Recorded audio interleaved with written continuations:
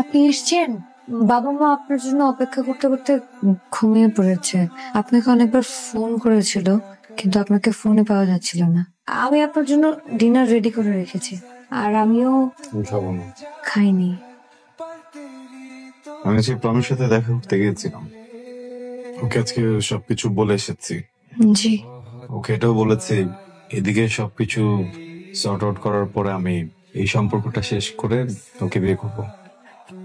শুরুতে একটু কান্নাকাটি করছিল, পরে বুঝিয়ে বললাম আসলে অনেকদিনের সম্পর্ক তো, কেউই কাউকে ছাড়া থাকতে পারবো না। কিন্তু দেখেন আমি না আপনার জীবনের ভালো মানুষটা না হতে পারলেও আপনার জীবনের খারাপ মানুষটা হতে চাই না। আমি চাই না যে সেলফিশের মতো নিজেরটা নিজে গুছিয়ে দেন হঠাৎ করে আপনাকে ডিভোর্স দিয়ে গায়েব হয়ে যেতে। ভাইয়ের কাছে শুনেছি আপনি জব করতে চাইতেন। জি। শুরু করছেন না কেন? এখানে আপনি আপনার মতো এক্সপিরিয়েন্স গ্যাদার করতে থাকেন, আপনি ওখানে সেট হয়ে গেলে তখন আমরা মিউচুয়ালি ডিভোর্সটাও কমপ্লিট করলাম। জি, আমিও ভাবছিলাম আমার কিছু একটা করা উচিত। এসির টেম্পারেচারটাকে একটু বাড়িয়ে দেওয়া যায়? আপনাকে একটা কথা বলবো? জি।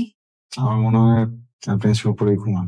কোনো সমস্যা নেই, আমি এখানে ঘুমাবো। আপনি এখানে ঘুমান, আমি বাইরে ম্যানেজ করে নিচ্ছি।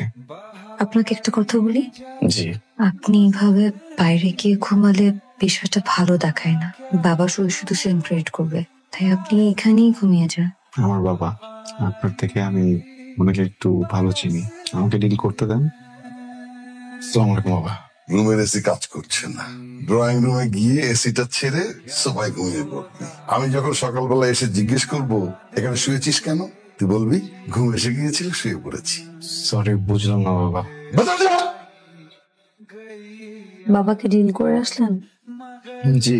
তাহলে চুপচাপ ঘুমিয়ে পড়ুন।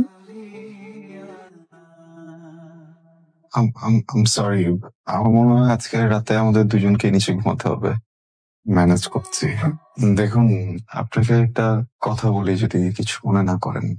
বিছানাটা যে ভেঙেছে এটা আমি কালকে কোনো এক ফাঁকে ফিক্স করে ফেলবো। বাবা মাকে বলার দরকার নেই, ওনারা ভুল বুঝবেন। পিছন বাড়ির ছাদের ছেলেটা আছে না, পিচ্ছিটা, ওকে নিয়ে ঢুকতে দিয়েছিলাম। তো বিছানার উপর লাফাতে বিছানাটা নিয়ে ফেললো। বাবা আমাদের রুমের দিকে যাচ্ছে। বাবা যদি গিয়ে দেখে বিছানা ভাঙা, তোমাকে আমাকে বুঝবে না। সেই জন্য তুমি এখানে লুকিয়ে আছো? বাবা, আমি ওকে পেয়েছি, ও এখানে লুকিয়ে আছে, তাড়াতাড়ি আসো। কিছুদিন আগে যে মানুষটাকে ভালোবেসে বিয়ে করেছি, আজকে তারই ছোট ভাই আমার হাজবেন্ড। কিন্তু কিছু করার ছিল না, আমার কিছু বলার ছিল না। যখন আমি ভেবেছি যে ঠিক আছে এবার কোনোভাবে সংসারটাকে গুছিয়ে নেই, তখন দেখলাম সেও আমাকে ছেড়ে দিয়ে তার জীবনটা গোছাতে চায়। এখানেও তো আমার কিছু বলার নেই, কিছু করার নেই। কিছু কিছু মানুষ পৃথিবীতে আসলে কিছু পেতে আসে না, আমি হয়তো বা ওই মানুষগুলোর ভিতরে একজন।